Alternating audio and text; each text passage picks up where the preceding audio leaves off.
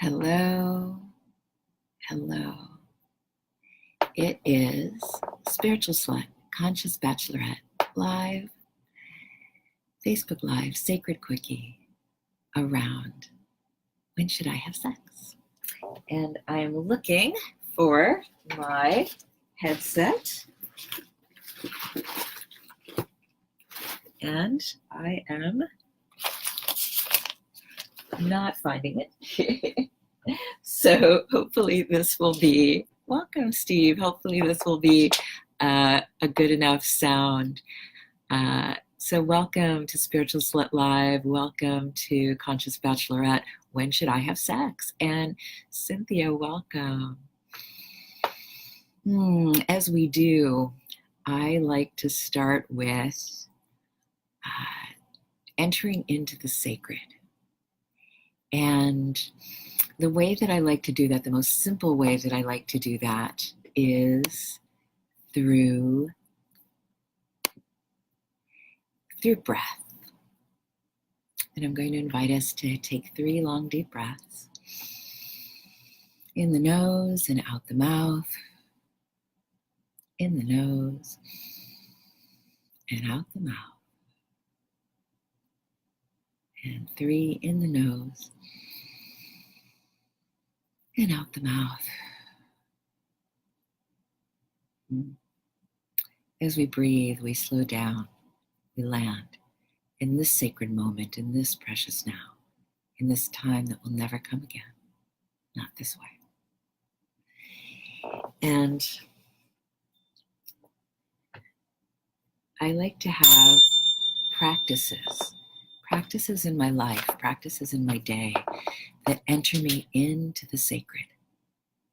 I believe that all of life can be engaged with in a sacred, conscious, integrated, empowering manner. Or in any moment, I could be disconnected, disempowered. I could be split in various ways and not really understand how I'm feeling, what I'm wanting. I could be acting out and not even know it. That's the thing. All too often, we human beings are acting out, are split in some way. In psychology, they call it cognitive dissonance.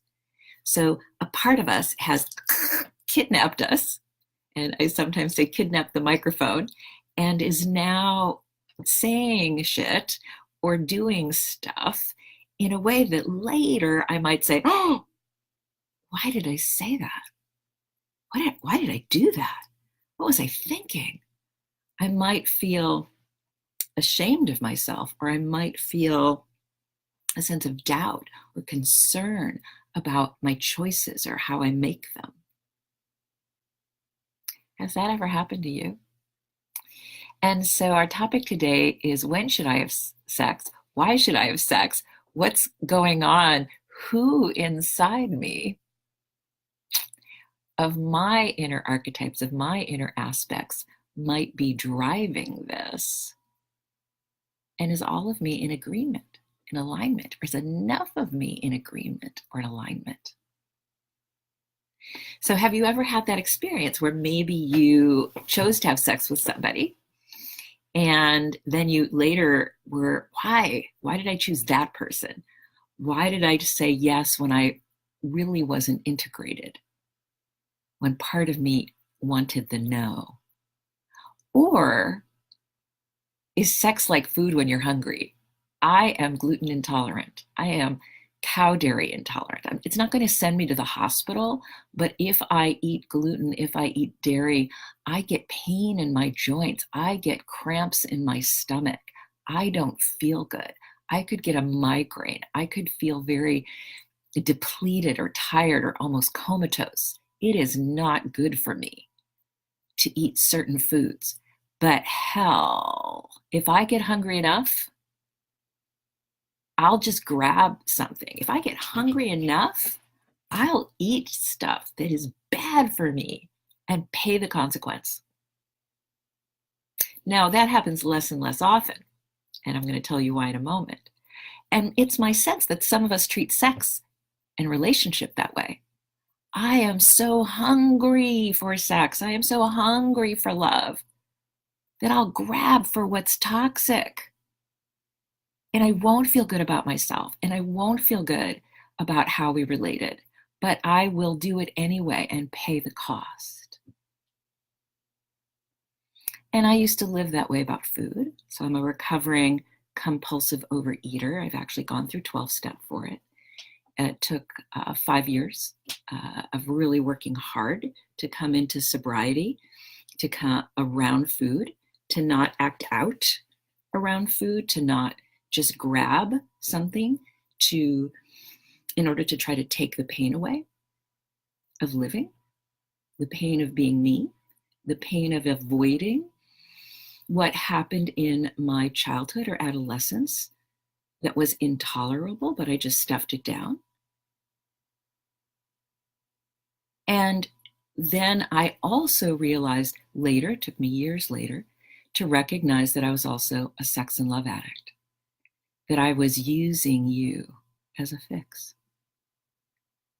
My love for you, my lust for you, ideally in my case, the combination, but some people veer a little bit more towards the love as their drug of choice, and some people veer a little bit more towards lust as their drug of choice, and some of us put that together like I do. And that love and lust drug, the internal body hormones that percolate when I'm in love and lust, I didn't know this, but that would have me treat you like a fix. Take the pain away. Take the pain away that I am running as fast as I can to avoid. Some of us run into work. Some of us run into just busyness. Some of us run into pornography or spending or any number of things to say, unconsciously, take the pain away. I don't want to face what happened. I don't want to lean into that. And if I face the pain that's inside me, my fear is that it's going to be like this big black abyss of sadness and rage and hurt that I'm going to fall into forever, and it will have no bottom. And that's why I went, I turned to food. That's why I turned to love and sex, because of that fear. But if we're using cleaning, if we're using shopping, if we're using love or sex, if we're using food, if we're using work, if we're using something to try to run away from that pain, like any drug, we're going to need to do more and more of it. And there'll be a point, hopefully, where we hit bottom, where it becomes insufferable. And I have a deep compassion for this as a recovering addict. And I have a deep experience of how much better it gets when I face the pain. Now, not at first. Facing the pain, and now a warning, facing the pain is not fun. It's not easy. It will be uncomfortable. And the other side of facing the pain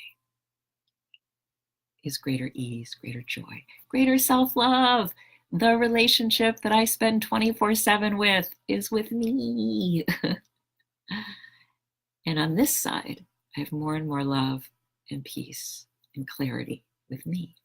And welcome Tamara and Jared and Alexandra and Michael and Francis and Liana. Welcome to Spiritual Slut Sacred Quickie. When should I have sex? Why should I have sex? Am I integrated enough to have sex in a way that's going to be a blessing for me and you? Or is something driving me unconsciously? Something acting out of this hunger, this pain, this avoidance that's technically having me use you? Which is it? And how would we know? And welcome, Miley.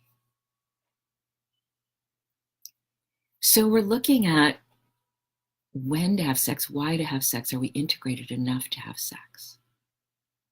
And, let me just reveal, because we learn, I believe, through transparency. One of the things that happened for me when I first went to 12 step is that before I went to 12 step, I felt like I was going crazy. There was all the little lies, the little secrets, the white lies. Don't tell this, don't tell that. Don't say that your brother's an alcoholic. Don't say that your father lost his job. Don't say this is our little secret. Don't tell that I'm telling you about this other person. I'm going to gossip, but don't tell. I'm going to, don't tell this, don't tell that. And I felt like I was going crazy. And there was all this sense of the lies, like the lies that are interwoven as normative. That's normative. Don't show your dirty laundry or something. And the lies that are normative, which are, how are you? I'm fine. That's a lie. And I love when someone told me that fine could stand for fucked up, insecure, neurotic, and emotional. I'm fine. And we're lying to each other constantly. And then we wonder why our relationships aren't healthy, why our sexuality isn't satisfying, why we find it difficult to trust ourselves, let alone anyone else. And welcome, Alex. And we're looking at why have sex and when have sex, and am I integrated enough to have sex, or am I acting out in ways that are technically either harmful or just like a candy bar. Candy bar sex, which I used to have, I'd grab for something, anything, because I was fucking hungry for touch, hungry for belonging, hungry for pleasure, hungry, once again, to have the pain of living taken away for a moment. And I'd grab for something, anything. And then I wouldn't feel satisfied. Candy bar sex, surprise, not very satisfying. And then I'm just hungry again. And we'll notice that. I just had sex, but I feel dissatisfied. I just, hired a sex worker, but wasn't fully fulfilling. I just went to a tantra workshop or a cuddle weekend, and I'm still hungry. I just had sex with this person or that person or this sex party, and it wasn't enough. I'm turning on pornography again, and I'm still not satisfied. And welcome, Camillo, and welcome, Abby. And one day, after recovering from food, compulsive relationship with food, after recovering from a compulsive relationship with sex and love addiction, after coming home more and more to who I am, the multiplicity, the darkness and light, facing that with love, and studying Tantra, studying sacred sexuality from a variety of cultures, I was able to create in sexuality and love an organic feast. So you eat a candy bar, not going to be very fulfilling for very long. You're going to need another candy bar. There are days that if I don't eat the right nutrients, I'm hungry all day because I didn't get what was nutrient dense. I didn't get that organic meal, beautifully prepared, that was nutrient dense, that was actually resource my body. And love and sex can be an organic meal, beautifully prepared, intentionally served, that will actually resource our soul. And just like creating an organic meal, it takes something. It's not going to be a grab and go. And am I hungry? You bet I'm hungry. I get hungry for food, and a candy bar starts to sound like a good idea. But as a recovering compulsive overeater, I know that if I grab for that candy bar, if I grab for the things that gluten, dairy, sugar, if I grab for those things that I know are going to hurt my body, the price is no longer worth it for me.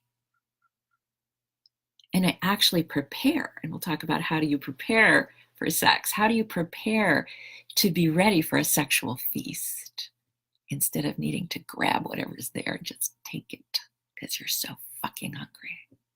And I say that with compassion, by the way.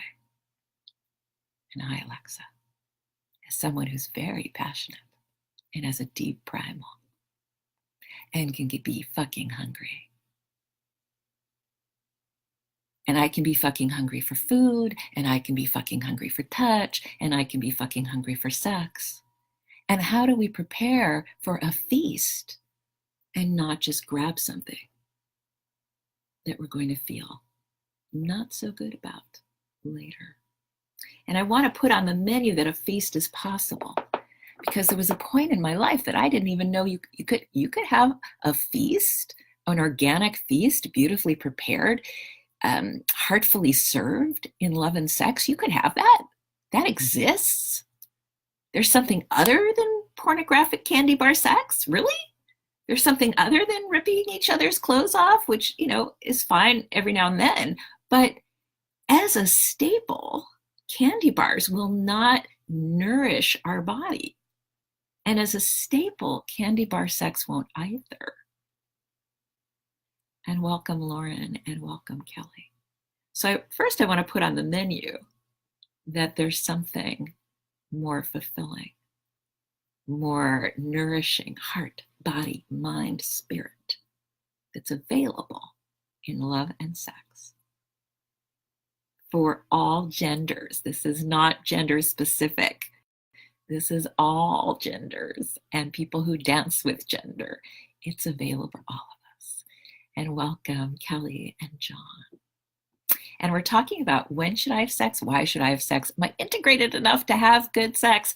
Or am I in so much pain that I'm using sex and love as a fix, as an addiction, as something to take me away from how much it hurts to be me, how much it hurts to live in this world with all the toxic and conflicting messages about the body, sexuality, aging, having a gender, boundaries, dating.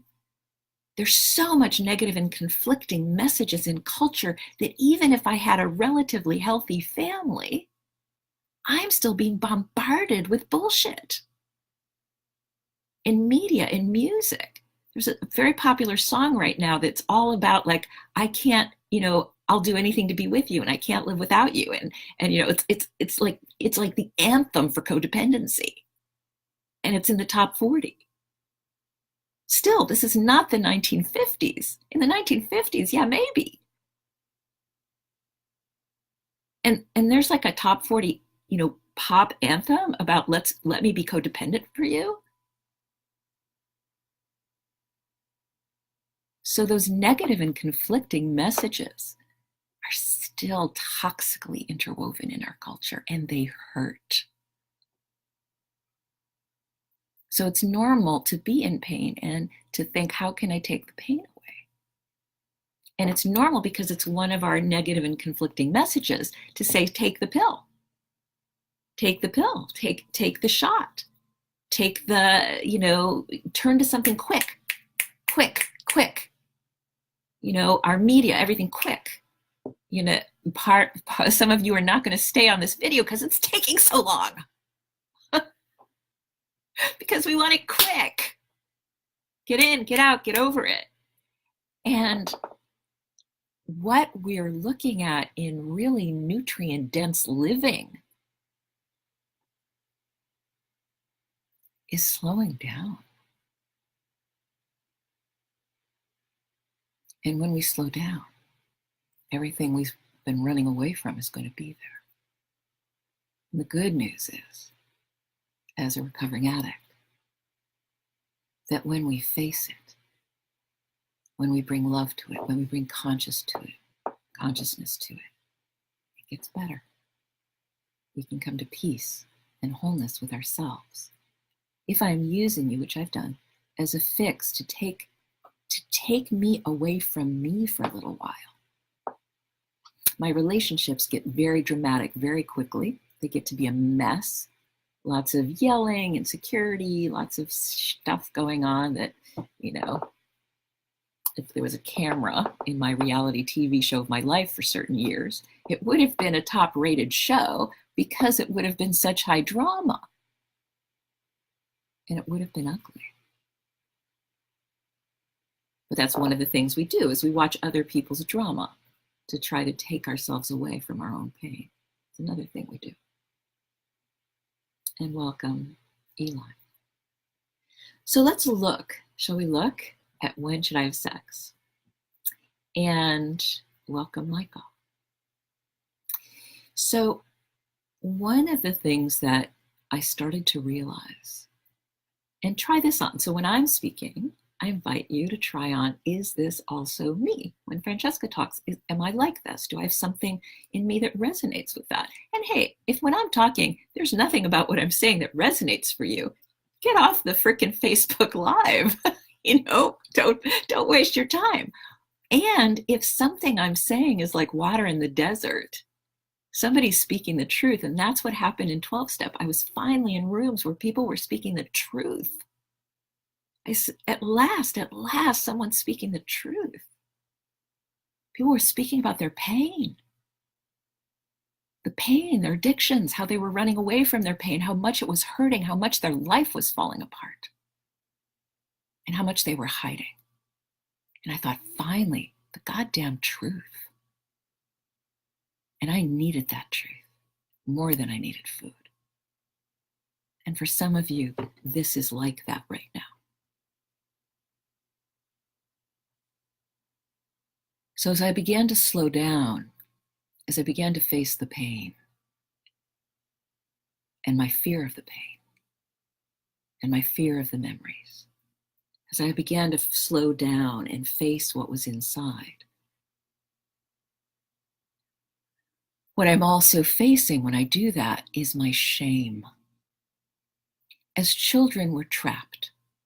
We are literally physically trapped. It is the time in our lives where we will actually be the most powerless.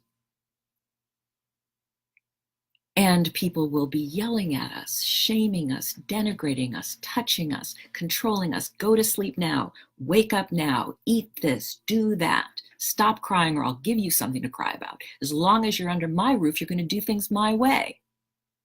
Go to school. Do your homework. You're such a mess. You're so selfish. You're so this. You're so that. I'm in charge. It's so common. Welcome, Max. Welcome, Catherine. How we raise children, it's so common to have it be very hierarchical and very painful.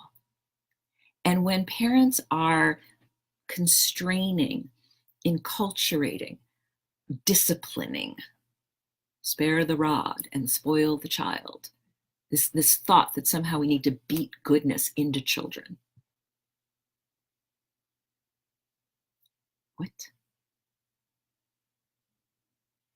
Is this being touched non-consensually, hit non-consensually, yelled at non-consensually, sometimes sexualized non-consensually, neglected non-consensually? And the adults, whether it's the church, whether it's the temple, whether it's the caregivers, whether it's the parents, whether it's the teachers, the perpetrators have a tendency to say, I'm yelling at you because I love you.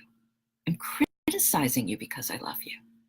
When I hit you, it hurts me more than it hurts you. Bullshit. I'm sexualizing you because you deserve it, because you want it, because you're a dirty little so-and-so. So the perpetrator puts their unresolved wounding, their unresolved acting out, their objectification, their toxic enculturation, generational, they put that on us. And then we grow up with internalized shame. A shame that we're now going to have to run away from through food, through money, through sex, through the right partner at the right time. Hopefully people will notice I have the right partner at the right time, through the right house, through the right job, through working harder, through something. because I'm running away from the pain of my shame.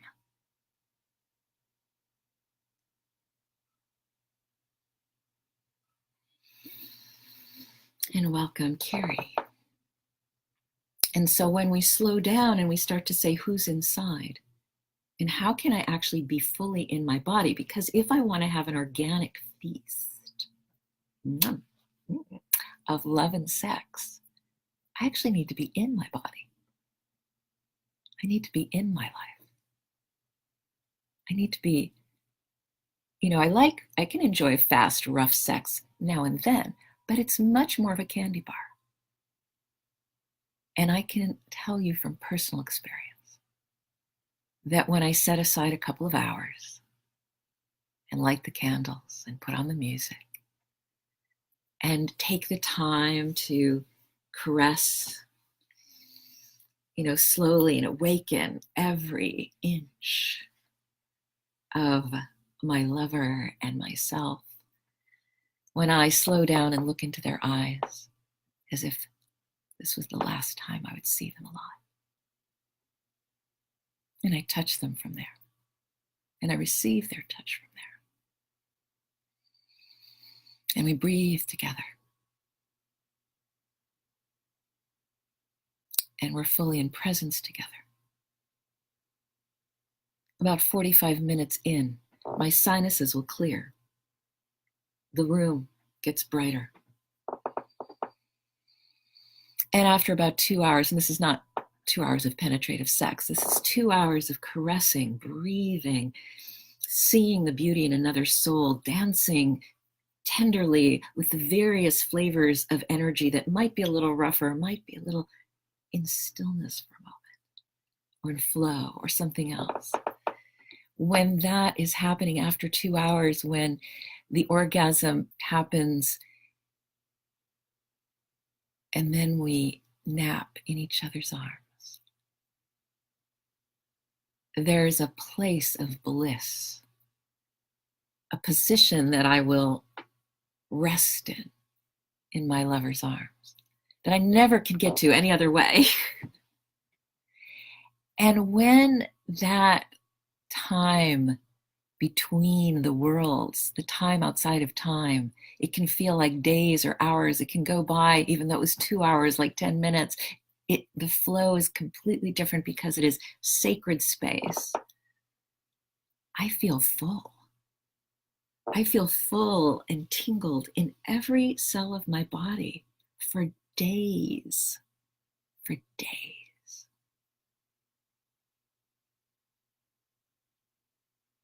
And that is, welcome, Athena.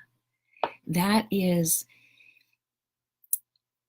a feast. Welcome, Denise. That is a nutrient.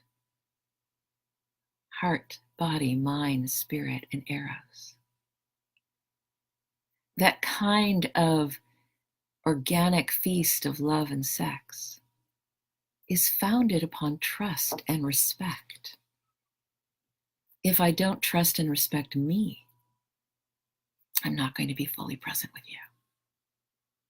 If I don't trust and respect you, I'm not going to be fully present with you. And what's in the way of that for so many is that the foundation of my trust and respect in the world was broken. Because the people who were older than me, whose job it was to protect me, to guide me, to give me my original nutrients of self-respect, of healthy boundaries, of trusting this world, of trusting my body, of feeling loved, of feeling safe. Those adults who were around me weren't adults. They were people who got older. But aging is inevitable. Wisdom takes work. Aging and death are going to happen to all of us, but being whole, being healed, being mature, that takes something. And we have generations of trauma, generations of rapes and molestations and indentured servants and slaves and cultures that were perpetrated upon, whole races that were perpetrated upon. And our people, so many of our people either were kidnapped to this country, sold to this country, sold themselves to this country as an indentured servant, were fleeing another country where they were already being persecuted, came here impoverished. And when this is true, all we can focus on is surviving. We're not focusing on Maslow's hierarchy of needs, where self-actualization and maturity and emotional centeredness is actually at the top of that. We need to get food and water, heat first. And what happens to some of us is because this is epigenetically in us, we never get out of feeling like we're at threat or at risk.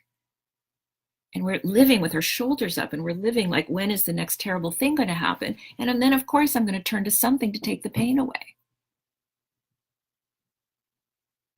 And the journey is that slowing down, coming inside. I wish I could tell you something different. I wish I could, hey, I'm a lazy girl. Let me just admit this. I am a lazy girl.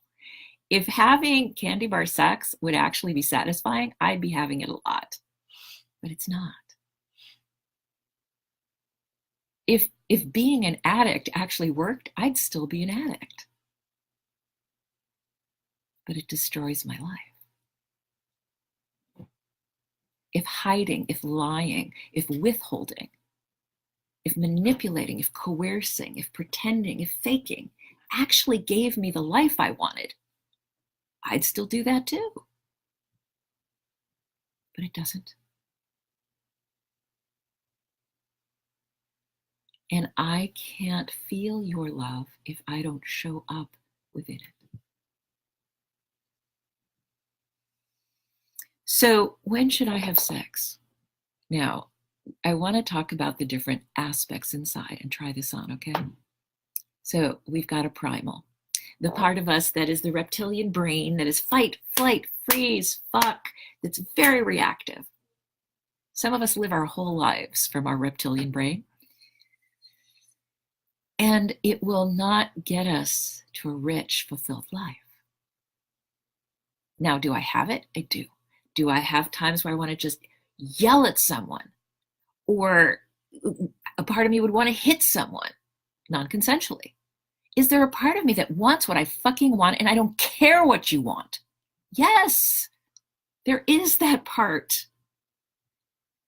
Is there a part that just wants to, would just want to grab someone and fuck them and not care about what it costs them or what it costs me or whether they wanted that or not because I'm hungry? Yes. It exists, but I am more than that. I am not only that. I am also a young and innocent being of wonder that loves the sparkles of the holidays and the hope that's reborn each year in the dark. I am a sensitive romantic that wants to love someone darkness and light and be seen and loved in that as well, while we're both on the road to maturity and have the capacity to give the microphone to a more mature part of ourselves rather than dumping our emotions on each other. And I have a wise self, various wise selves, including a field researcher that gathers the data, looks at the patterns of my life and says, hey, Francesca, is it working? And if it's not working, Francesca, you are the common denominator of your life patterns. If something's not working, Francesca, then it's up to you to look at that pattern and get help to look at that pattern and start to unweave it and start to dissect it and start to analyze it and really start to get the skill sets which were missing, Francesca. Based on the way you were raised, Francesca, you know nothing about healthy boundaries. Based on the way you were raised, Francesca, you know nothing about healthy communication. You don't know about how to negotiate in relationships. You don't know how to ask for what you want. You were never allowed to ask for what you wanted as a child without being shamed as ungrateful. You lack skill sets, Francesca. You need to be unstoppable about finding those skill sets and training in those skill sets. And because the way you were hit and yelled at and denigrated and manipulated and objectified, Francesca, you feel shame. You feel self-doubt, self-hate. Well, guess what, Francesca? You need to heal that. No one's going to heal it for you. People can collaborate, Francesca, but they cannot save, fix, change, or heal you. Because if they did, you wouldn't know your own power. And that's a wise self that says that to us.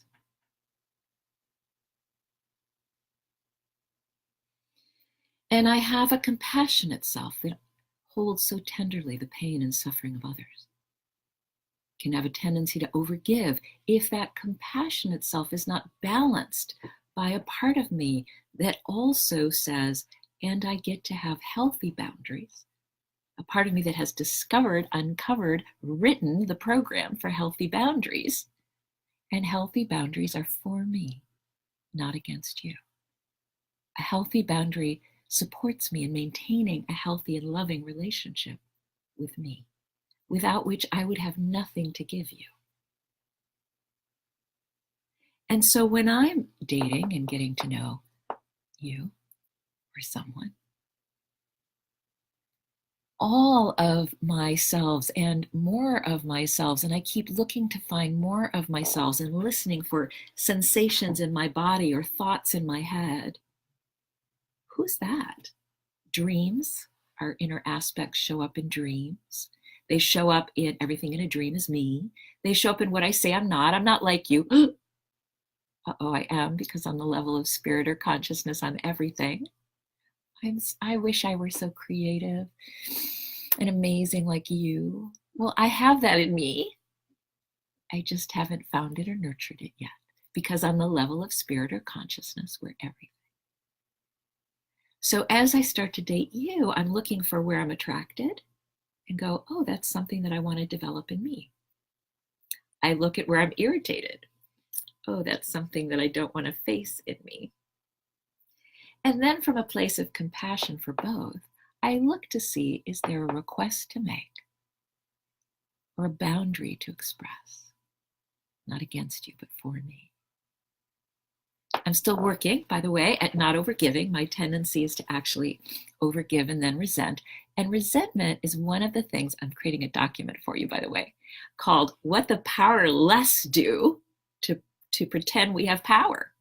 And one of the things that the powerless do to pretend we have power is resent people. So when I'm powerless, I overgive in order to be liked. I overgive maybe from compassion, but I'm overgiving. And then I'm feeling resentful. Why aren't you giving to me? Why aren't you noticing how much I'm giving to you? Why are you still taking from me? All of those statements are the statements of a child.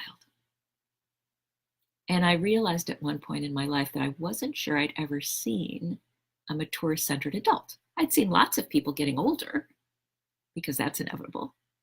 But had I actually seen truly empowered people? So people who are still acting out from a wounded child or wounded adolescent, when I'm like that, I'm resentful, critical, complaining, I'm justifying, I'm suppressing my emotions and then barfing them on you. I'm controlling, I'm withholding, manipulating information. I'm afraid to tell you the truth. I'm afraid to ask you for what I want. I might threaten you. I might run away. I'm thinking very black and white. It's either it's working or it's not working. You're for me or you're against me. It's very black and white, very reactive. And those are what the powerless do. When I am powerless, when I'm kidnapped by a younger self, I'm reactive, I'm defensive, I'm withholding, I'm controlling, I'm avoidant. And by the way, let me just reveal, I'm not 100% a mature-centered adult in every part of my life yet. It's gotten better. I have more places in my life where I am a mature-centered adult, where I have access to that part of me. I actually had to develop that part. It didn't exist automatically. Aging is inevitable. Maturation is not. Emotional maturation. Physical maturation is inevitable for most of us unless there's a disease. But emotional maturation, psychological maturation, spiritual maturation, that is not inevitable. That takes work daily for the rest of our lives. And I have more and more places in my life where I feel, so what are some of the signs of a mature-centered adult? Postponing gratification, not needing to grab for that candy bar of sex or food or whatever it is right away. Structuring for success. So I know that I get low blood sugar. I know that there's not always the food that I need available. So I take food with me wherever I go. I plan for what I need. Well, if we have needs, which we do, for love and touch and sex, how do we plan for that? How do we structure that? I can set aside time for self-loving, for self-caressing. I can create events that might be cuddle puddles or snuggle parties or go to them. I can hire a professional. And I say that our sex workers are allies, not enemies. That sex workers, the tantrikas, the tantrics, the dakas, the dakinis, the professional cuddlers, all the people out there are actually allies because they're professionals. The somatic workers, they're professionals that support our needs being fulfilled while we're being centered adults looking for where am I integrated enough to choose in a healthy way to have sex with you in a clear, healthy way, or to have sex and relationship with you in a clear, healthy way. I coach a lot of people in dating and in couples in relationships. The amount of lying, withholding is toxic. Toxic to themselves, not just toxic to their relationship or their dating. And I will have my clients justify, well, I can't ask that. Why not? Well, I might not like the answer. What? What did you just say? Oh my God, you have just said, I'm not going to look at the bottle. I'm going to take this, but I'm not going to look at the ingredients because the ingredients might have something that I don't like. And I'm fucking hungry. So I'm going to eat something that's toxic to me, and I'm going to pretend that by not looking at the ingredients, I'm safe. What? And in dating, some of my clients actually justify this. I am not going to ask depthful questions that will give me the information about whether or not this is a healthy person for me to touch, to sex, to spend time with, someone who is going to be a healthy nutrient in my life, or someone who isn't.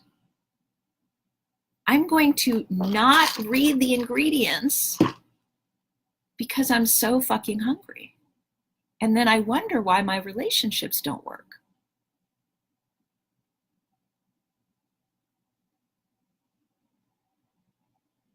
To have really great relationships takes great courage.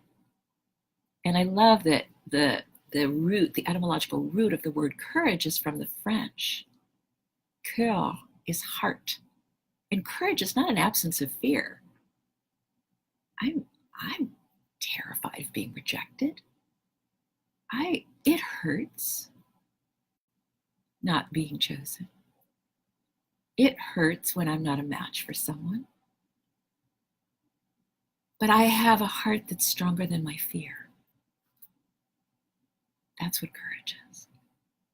It's having a heart that's stronger than our fear. So I ask the depthful questions.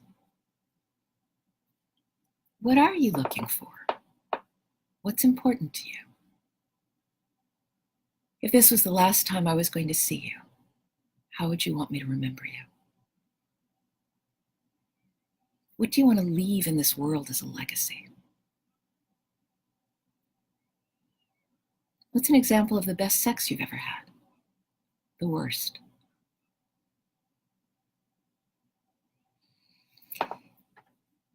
And I also reveal, so the other side of that is to reveal my ingredients, because I might not be the right nutrient for some people. I can't be. I will often say, I am not the right match for everyone, not for dating, not for relationship, not as a teacher, not as a counselor. And for some people, I'm like water in the fucking desert. But they can't know that if I don't reveal my ingredients. So I also say, this is what I am looking for. This is an example of the best sex I've ever had, or the worst. This is something that I'm looking to heal. If you could heal something through love, sex, and relating, what would you most want to heal? What does your ideal relationship look like? And is there any flexibility there? And I know people who've been dating for, weeks or months, or they've already had sex and they haven't asked any of these questions, let alone, do you have an STD or an STI? Or when was the last time you got tested? Personally, just speaking of that, I personally really like let's get tested together STI dates. And one of my last sexual partners, we actually went for a walk. We went to this clinic that was near a lake. We had a little picnic. We went shopping. It was actually a really nice day. It was a really nice date. And we got tested in the middle of that. Why not? Why not have fun with it? And I'm asking you these questions because whether this is our first date or our last date, I want to know that I knew you. I want to reveal myself to you. I want to contribute to you. I want to be contributed by you. This time, this date, which may be the only date we ever have, or it might be the beginning, I hold very, very precious. Because it's time with another human being that will never come again. What if every date we looked at as a blessing, that I wanted to show up as a blessing for myself and another human being? What if every time we touch someone, we thought, how can this be a blessing, a nutrient? And how can I show up that what I'm receiving is a nutrient for me? What do I need to request? Which can be harder for me. What do I need to say a little different? Could we do this slower, faster, to the right, to the left? Still working on that. And can I reveal? Ooh, I just did. That I'm still working on it.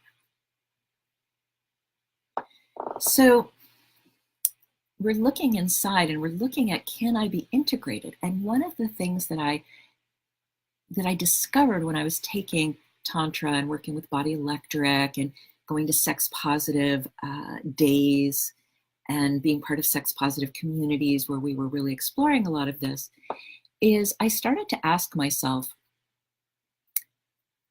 what feels the most integrated for me? what feels the most authentic for me? What is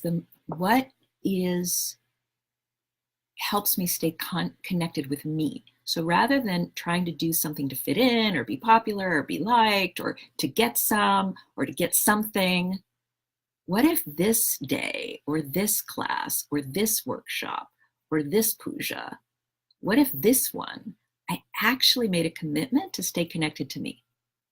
What's most authentic for me? Not against you, but for me.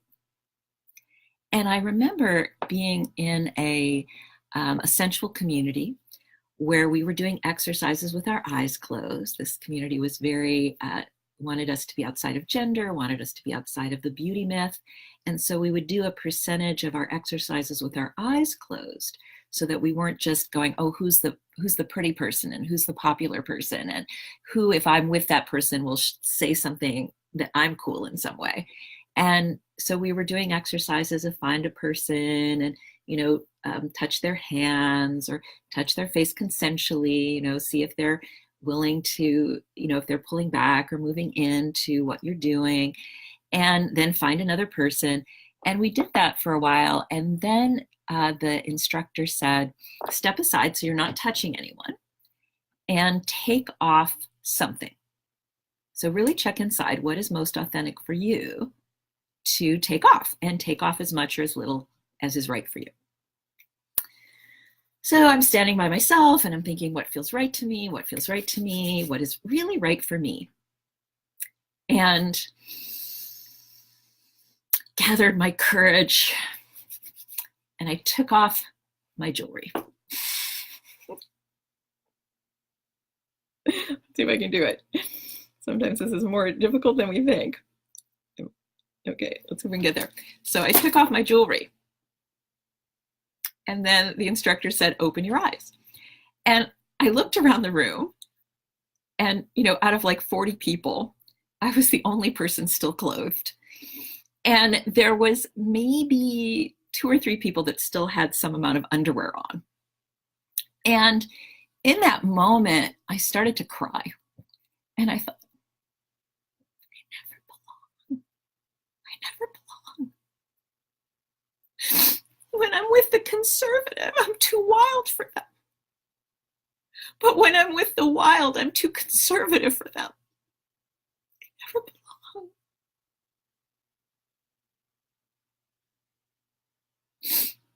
And we had a check-in after that in the circle, what was coming up for people from those exercises. And I shared what I shared with you. And right after that, we had lunch. And an amazing thing happened. I had a line of people come over and say, Francesca, you are completely welcome. Keep your clothes on, girl. That's fine. You do the pacing that is authentic for you. Really be in what's right for you.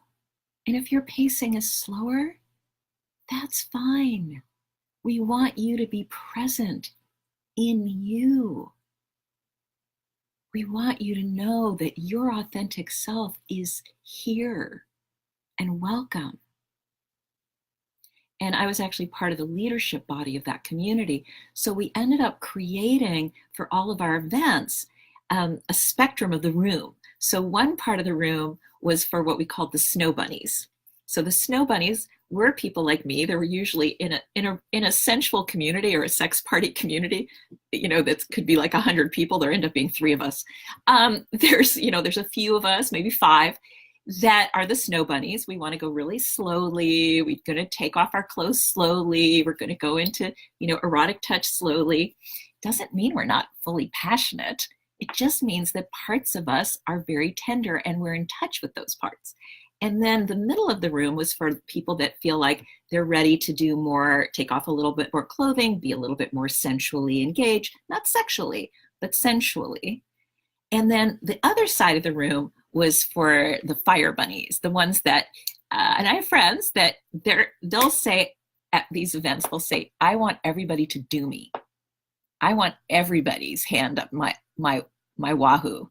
I want to feel it all. And I want to start with my woohoo. I want to start with my genitals. And that's their access to safety. And it's not that they don't have the same tender, tender heart that I have. They do. Their access is different. I sometimes call them bottom-up people, where they want to feel the body, and they want to feel the energy, and they want to feel, the genital arousal, and they want to feel that. And that's where they start to feel safe. And then later, they might open their tender hearts. Later, they might reveal something more about their emotional truth. And some of us are more heart-based. We're going to want to lead with, can I feel your heart? Can I feel your emotions? Can I feel that you're holding my heart tenderly? And some of us are top down. I want to know the way you think. I want to hear your mind, your philosophies, how you interact with the world and analyze it. Those are the sapiosexuals. And are top down. Some of us are a bit of all of that. And we all have a tender heart. It's just, what are the gatekeepers to that heart? And all of us, our sexuality is precious, divine, amazing. But some of us lead with it. And some of us guard it a little bit more carefully. I guard my sexuality, dear hearts, because many parts of me are so tender and bonded, and sexuality is so bonding for me. It's so bonding on many levels, from the, primal deliciousness. Well, if I like it, I want more of it. Why would I just want one taste if it was really good? So from the primal, I'm going to want more if it's really good. From the younger self, if I enjoy your touch and I enjoy you, then I'm going to want to stay connected with that. I'm going to want to feel precious in that. And I'm going to love you forever. The youngling self is often our most loyal self, our most intimate self in many ways. From the romantic, very similar. So when we're looking at, should I have sex? Do we know who's inside? Do we know the different parts, the different ages?